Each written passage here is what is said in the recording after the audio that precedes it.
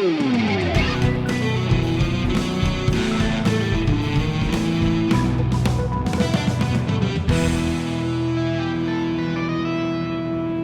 guys, today we are at Southern Fried Gaming Expo in Atlanta, Georgia. We're going to be doing some pitches. Yeah, I can't wait to see the new talent.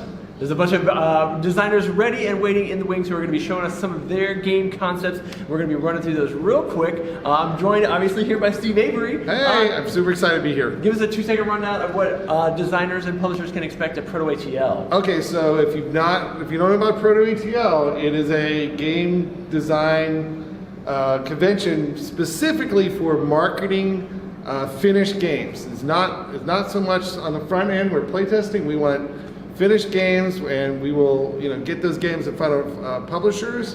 And there's seminars on how to market your game and how to get your game out there.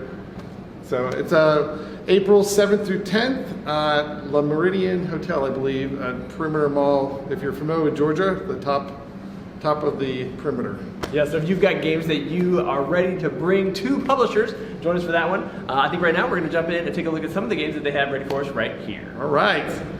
All right, so I'm here with Brad Booth. We're looking at his game, Fill in the Game. Brad, give us the rundown. Tell us a little bit about what we can expect as we pull out Fill in the Game. So Fill in the Game is the fill in the blank party game. It's recommended for 3 to 8 players, but you can have more if you want. It takes about 30 to 60 minutes depending on the size of your group, and you're going to be challenging other players to perform a basic scene or a stunt, and each of those challenges has a blank in it that you fill in with whatever you want, as long as it's safe and possible. All right. And so then with that, if they succeed, they get 1, 2, or 3 points depending on the initial difficulty level of the card.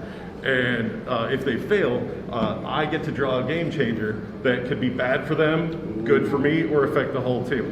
And the blanks allow you to keep it family friendly or not, and it's going to be different every single time you play it.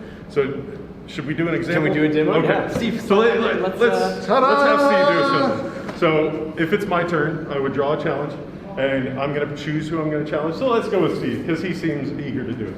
Yes. So Steve, top or bottom? Bottom. Okay, so this is for 3 points, and he's got to do it for a minute without holding on to anything. Stand on 1 foot while blank.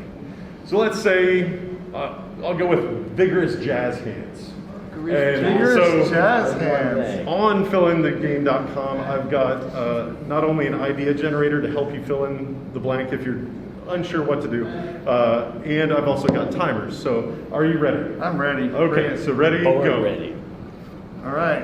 Okay, let's get those vigorous jazz hands going. And so the other things do you have to do this for 52 seconds? Yeah, he's got to do it for a minute without dropping that foot. Aerobic. All right, I like it. So there's single points that are pretty much gimmies as long as you do them. The 2 points, most of them say without laughing. He's doing a 3-pointer. So easy. He's doing great. So easy. Almost fell. And there's also rules. So he failed. And so I would draw this game changer. And for instance, this one says all players must rotate their score challenges upside down. So if I had these points in front of me as my score, everybody has to do this and rotate them upside down. So I would go from 5 points to 0. And with the rules, if I played this on Steve and he chose top, then it would be a rule that applies to everyone but me. I fill in the blank, and everybody has to follow it until I catch somebody that's not following it. And then they get it as a negative point, and the rule goes away, you go back to normal. Excellent stuff. So it looks like a pretty finished piece. Is this already been published? Are you kickstarting? Are you going to a publisher? What's your... We performed a Kickstarter right before the pandemic, and party games aren't selling great during the pandemic, but we're back at Southern Fried Gaming Expo, which we won Best in Show in 2019. Congrats. And I'm selling the remainder of the Kickstarter copies. Then I'm going to be doing a new print run and self-publishing, trying to get it out to local stores, going to expos like this. Excellent. And getting it out there. Very cool. Where can people go to find out a little bit more? Do you have a website or Facebook? If you go to fillinthegame.com, Fill in the Game Game on Facebook, Fill in the Game on Instagram, Fill in the Game 1 on Twitter. It happens. Yeah, there's all kinds of info So there. glad I grabbed And- that title. Just in time. And on Fill in the Game, there's there's a nice big button that goes to the companion app that has those timers and the idea generator. All right, excellent stuff. Well, thank you so much for giving us an overview of Fill in the Game. Thank you. I'm here with James and Jason, and we're looking at their game, Mythis. Give us the run through. This looks really cool on the table. Tell us what we're looking at. Thanks. So Mythis is a D20 based class and skill hybrid RPG system. We do a lot of things that you would expect to see from an RPG system. However, we turn a lot of things on our head. So for example, with our game, we put 3 pillars to the game where we're focusing: customization, exploration, and dynamic combat. Awesome. So with customization, that only speaks to the way you build your character, but also the way you want to create your world, because within the game, there are levels that you can change, so you can either have high magic, high divinity, low magic, low divinity. For exploration, we created a very vast world, so just going out your door should feel like an adventure. This is part of the journey, is actually part of the adventure, not just the destination. And then with dynamic combat, what we've done is, instead of using a static number to hit in some D20 systems, we've actually done active defense systems. So now you have a dodge, block, and parry, which is used in conjunction with the DM's rolls. So it's opposing dice rolls versus just sitting around to wait to see if you hit. There's also additional things that can affect combat, such as our stamina system. So if you're like, man, this guy's really hard to hit, I'm going to expend some of my stamina, add an extra D6 to my roll. Hopefully this will help make up the difference. So it keeps things engaging because there's always new techniques, new tactics you can try, things that some people right off the bat don't think of, and then they realize, oh my god, I can do this? Oh man, I am golden. We also do some interesting things with our magic system. We don't use spell slots. We use a pool of points. All spells cost a certain number of points, and it allows for a lot of flexibility with mages.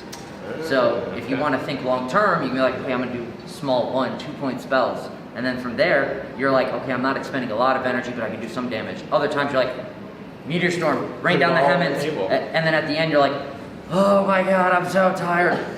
Oh, thank god he's dead. Oh, thank god he's dead.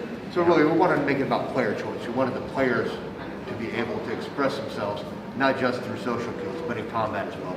Yeah. Tell me a little bit about the like level to entry. Is this an advanced level game? Is this a base level game? How do I get into the system as far as from the DM's perspective? That's actually all part of the customization. So we have advanced rules for people who like old school RPGs that are more crunchy and more technical. We have those options. For people who are like maybe a little bit intimidated by some of those things, we have simplified rules that bring that down to a simpler level, not as much crunch, keeps things flowing very quickly, and then you can very easily move to those more advanced rules later on once you're more comfortable with the system. So you guys have obviously been working on this for a little while. Yes. You've played through a number of scenarios, I'm sure, with different groups. What's been some of the feedback that you didn't anticipate getting that maybe helped you tweak and change, or that definitely confirmed that you were doing exactly what you wanted to accomplish?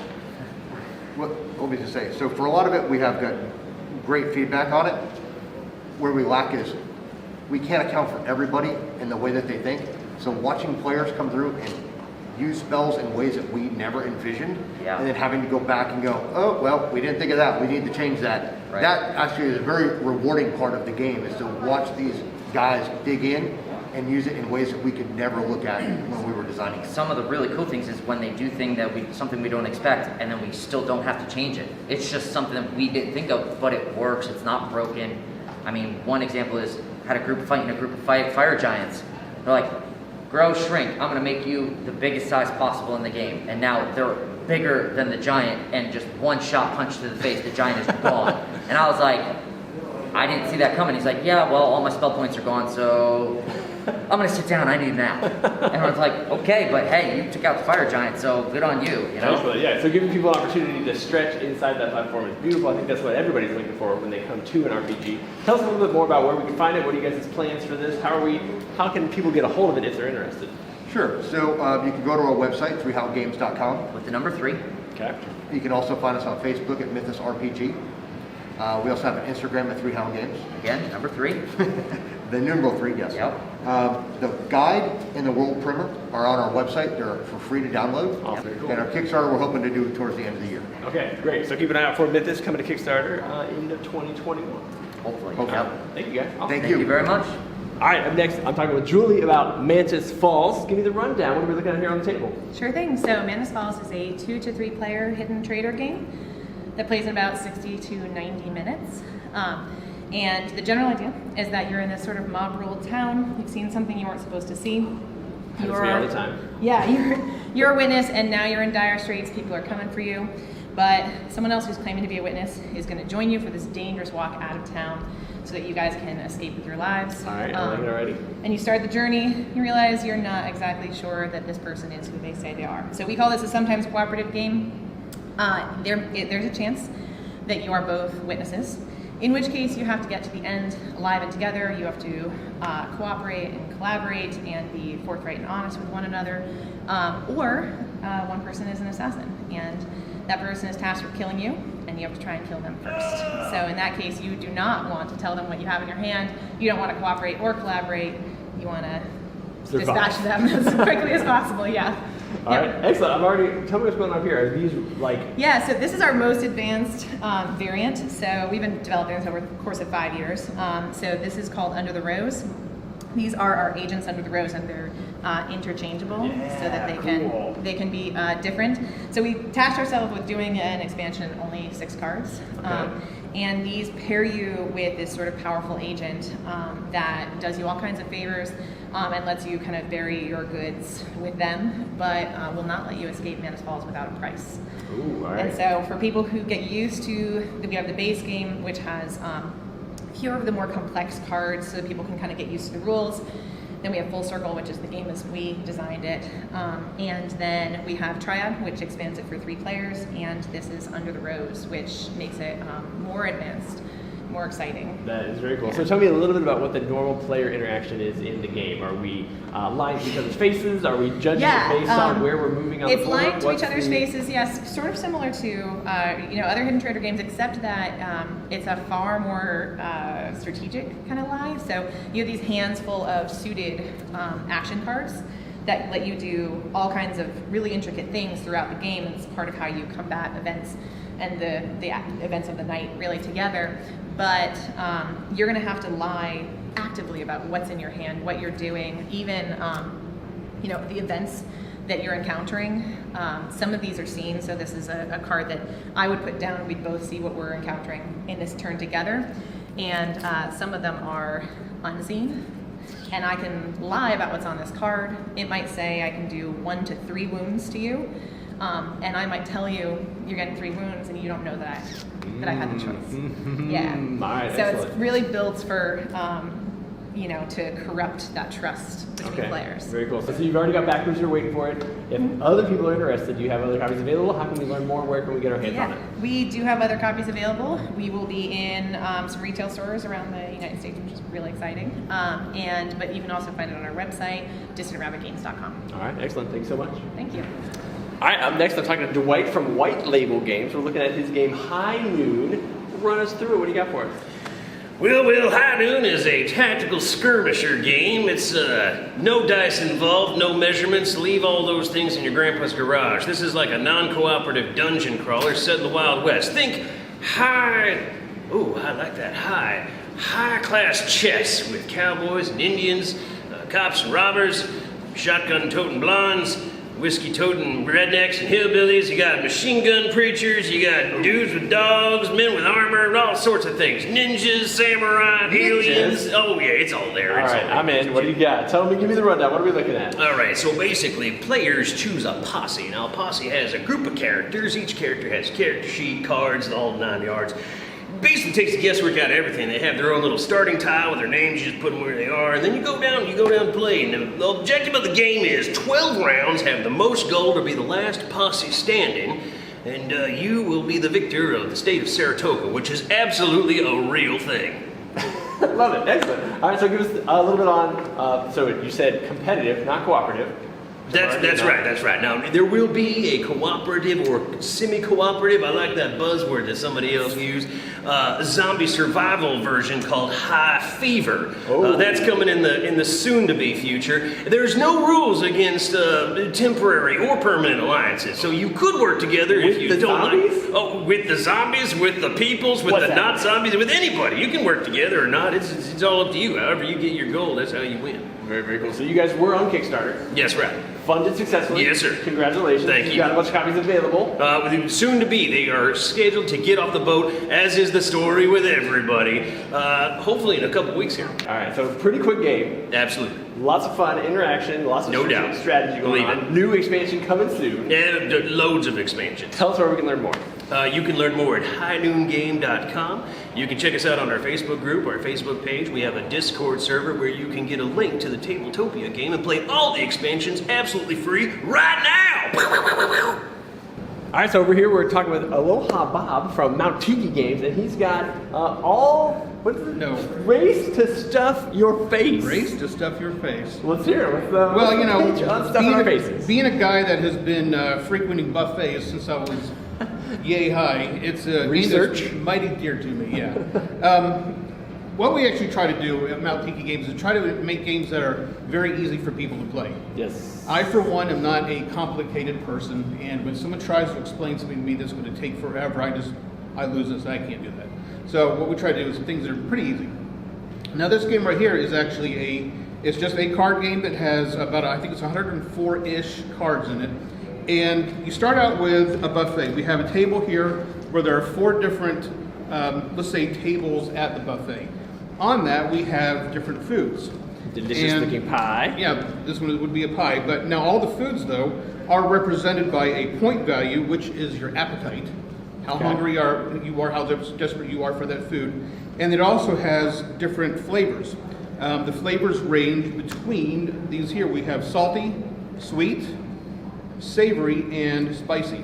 Now, you have your hand of 5 cards, and let's say that it's your turn. You want to try to get food from the buffet. You want to then put it onto your plate. We have different characters that you can play as, and these are actually characters that we transferred over from our Unperfect Heroes Battle Lines I game. thought they looked a little familiar. Yes, they do, and you may notice that some of them look like me, very much like me. Maybe you. So we have, you basically have your buffet table over here with all the food on it. You have your plate over here.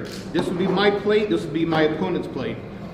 Each of the characters that you play as has a special ability. Some of them may be able to hold more food on their plate as they're walking around. Some people may be able to grab more sweets at a lesser value or so forth.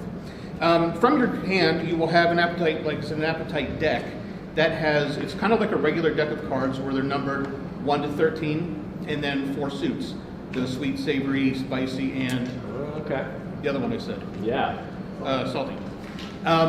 Your turn, you go ahead and you figure out, let's say that I want to get the jerk chicken. On the jerk chicken, it says it requires a appetite of 2, so I just have to play at least 1 card that has a value of 2 or more. But it also requires spicy and salty.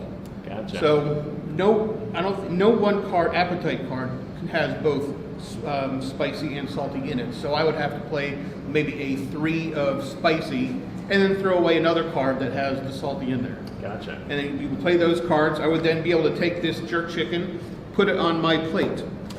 And then while it's on your plate, they do offer bonuses. If a veggie is revealed, veggie.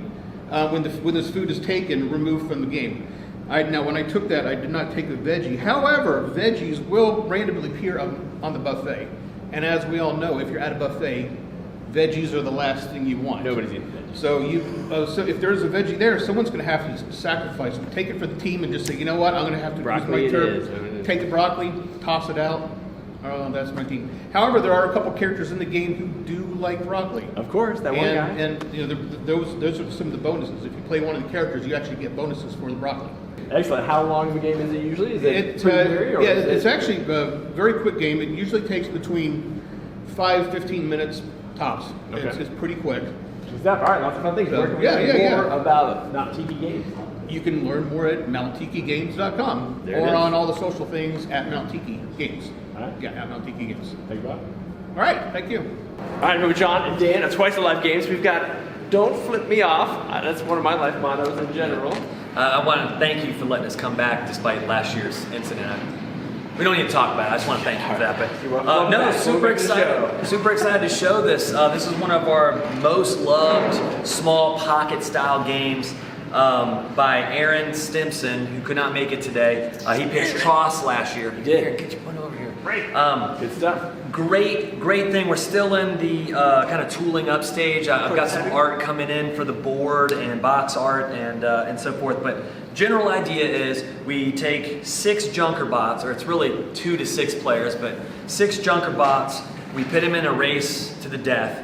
But being that you're a robot, you got an on and off switch. Okay? And based on the roll of the dice, if your color comes up, let's go to a color blue, your flip gets switched.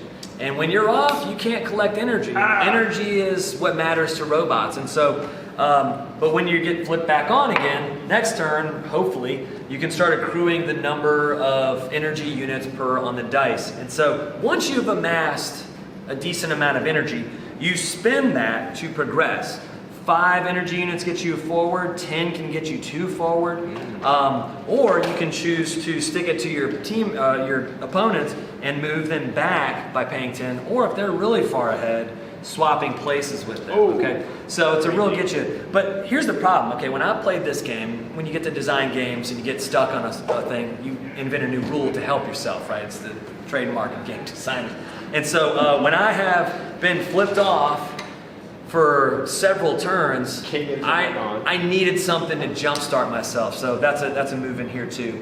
But here's the thing: we've also played with players who just hoard, and wait till the end. Well, you can only power up a robot with so much before they overheat, and then they disperse all but 5 units of energy and flip off. So it's all about managing your resources, timing yourself. It's the slowest, most intense race you'll ever play. Slowest, most intense. And how long is slow? What's the normal play time on it? Well, 15, 20 minutes. So not too slow. Not too slow, but when you're in it, you know. You can feel it. Yeah, it's a great game. People love it. They're like, when is this game coming out? So it's our next on the list of. So that is the question. What's the guess on delivery, and what's your going to be approach? I mean, I hope by this con next year we are mass produced. That is my goal. All right, we're waiting on some art and some quotes to come in to tool up some of these elements. But yeah, it's good stuff. And hopefully when you're done playing the game, you won't flip off the person that won. There it is. There it is. Twice Alive Games. Yeah, check it out at twicealivegames.com. We'll keep you updated, and that's where you'll make your purchases. So. Cool stuff. Awesome. Thank you, Will. Yeah.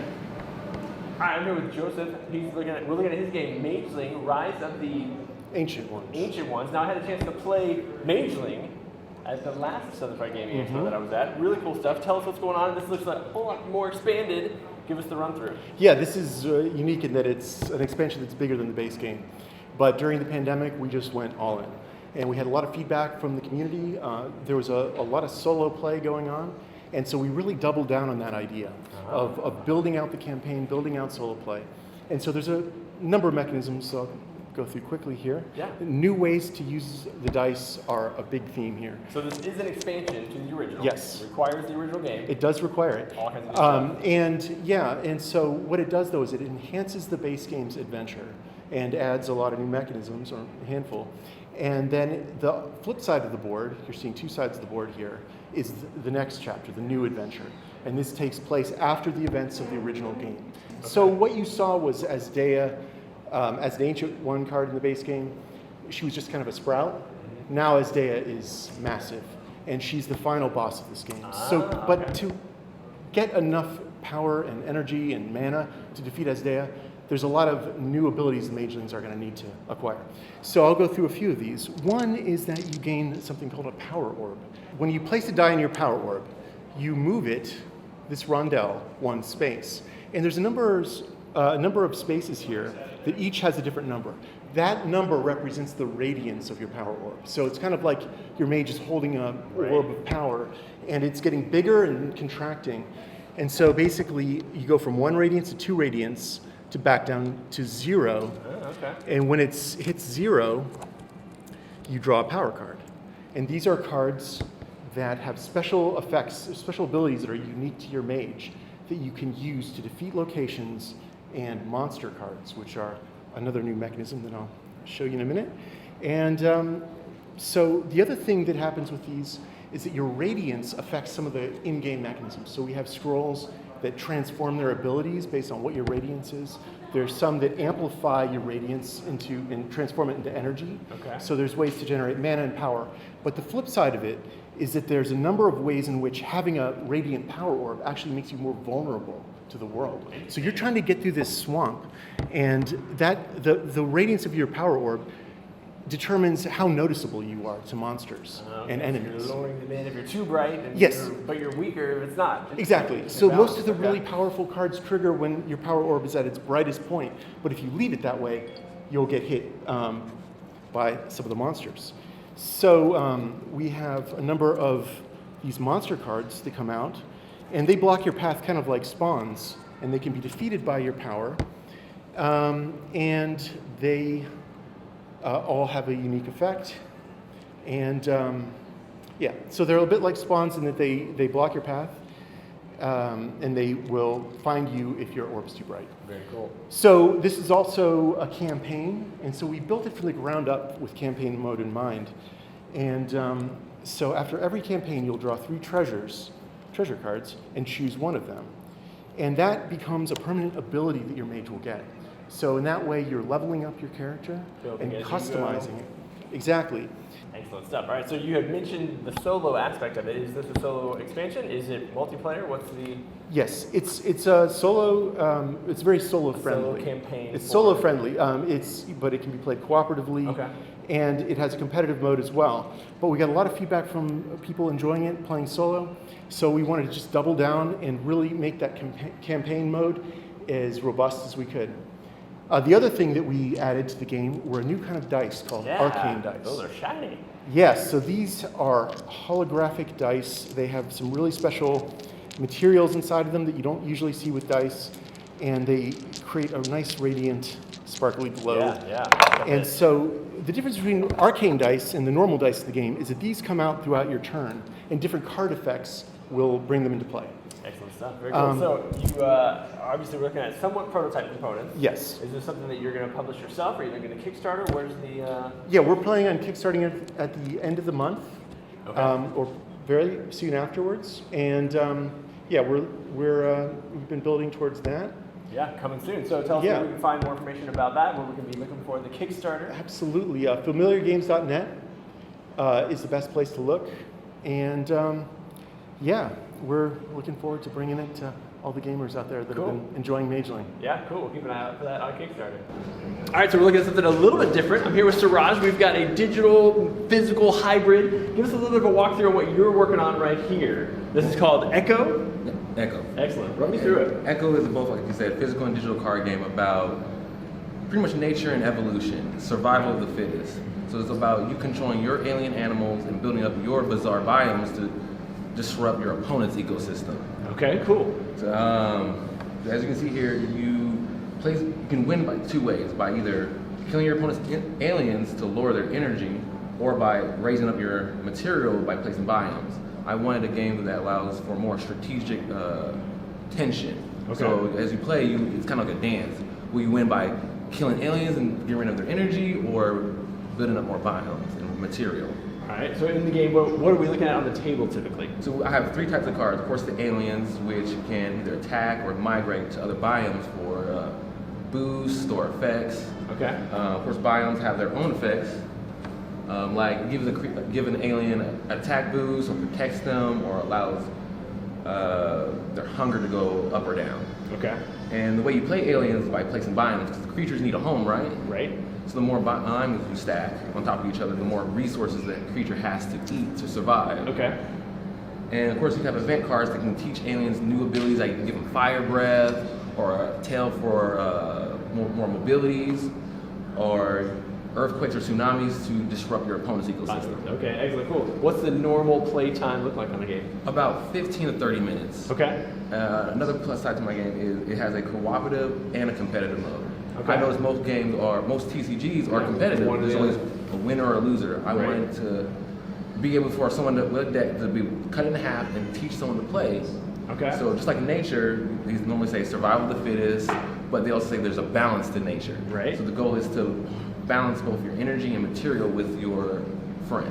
So you said TCG, is that what it is? Is it TCG. buying packs to add to it? Yes. Okay, and so you can do that virtually? Oh yes. Okay, excellent. Right now, my game is actually free to play on itch.io. Okay. And you can share the files and play with people across the world. All right, excellent stuff. Where can they find more about it in general? Is that the best place? Actually, my Facebook page and group. Okay, so give us a little bit of info on that. How do we find you on Facebook? Just echocardboardgame.com. I went cardboard because it's a cardboard game. There you go, got it all. All right, excellent. Check that one out. Ghosts of War. Give us the rundown. All right, this is the first game in the Ghosts of War series. There will be many more. This is the Hunt for Pavlichenko. This is going to be a one versus many hidden movement game. Okay. Where our kind of a bit of a cat and mouse game, except for in this case the mouse has a sniper rifle. Whoa. Anna Pavlichenko, a very, very well-known Russian sniper, is out for blood of the German soldiers who have come to occupy her town. It's all based on a true story. And she decided that she's going to do something about it herself, and she got herself a sniper rifle, and she is taking out the enemy as they come closer. The job of the Germans is to advance, find Anna before she takes them out, and the job of Anna is to take them all out. So.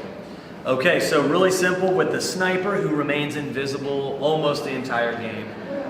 Keeps track of every one of her moves and actions in this journal. People really grown attached to this thing. Interesting. And so, yeah, she keeps track of where she enters the map and every move, every shot fired, every card played. She only has three options. She can really either does, shoot, yeah. she can move, or she can reload. She can't shoot until she's been loaded, and then she can move around or she can shoot. Okay, so you're thinking this is impossible for the Germans. Well, every time a shot is fired, it might equal a dead German, but it gives them a vector to go back to kind of flood that area. So for the German side, this is a 2 to 6 player game. You have 5 factions of the German soldiers. Each has a special ability that if you draw the card, you can use, but essentially they only have 2 abilities, 2 moves. You can progress, or you can search the tile that you're on. Now the goal of searching is, if Anna's here and you move onto her tile, she is pinned down. She cannot move, reload, or shoot until the German soldier has moved. But if he decides to search, busted, game over. What's the average playtime? Playtime, I would say between 60 and 90 minutes on a full game. Super fun, and the best part is at the end. All right, tell us your story, sniper, and they have to read through, and that's where you catch them if they're cheap. But Recap the set. we caught a cheater That's right there. But no, it's like the best part to be like, we thought you were there. We thought you were So close. sure. But yeah, this is, people are like, let me pay you now, and I'll get it when I get it. So we love this game. This game has a huge following. Coming to Kickstarter?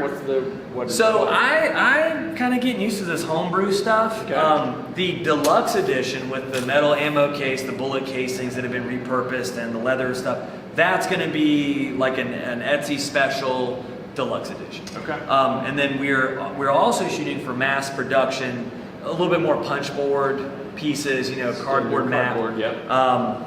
And we're getting quotes on that now. Still, the manual's always the hardest part. So I want to make sure to art it up really good and give some flavor to some of the generals on the German side. Also, we have multiple maps, and that's the fun part about it, right? It's just changing the playing field. Now, we've been focusing on map 1 for a long time, and it never plays the same. Love it. And we also designed this to where, being the sniper, you have to understand you only win About 20% of the time. 20% of the time. So it's quite an honor to pull off the victory. And it takes patience and it takes wisdom and stuff. It's You great. can't get too cute. Yeah, don't get cute. All right, cool Don't stuff. get brushed. All right, well, thank you guys for running us through Ghosts of War.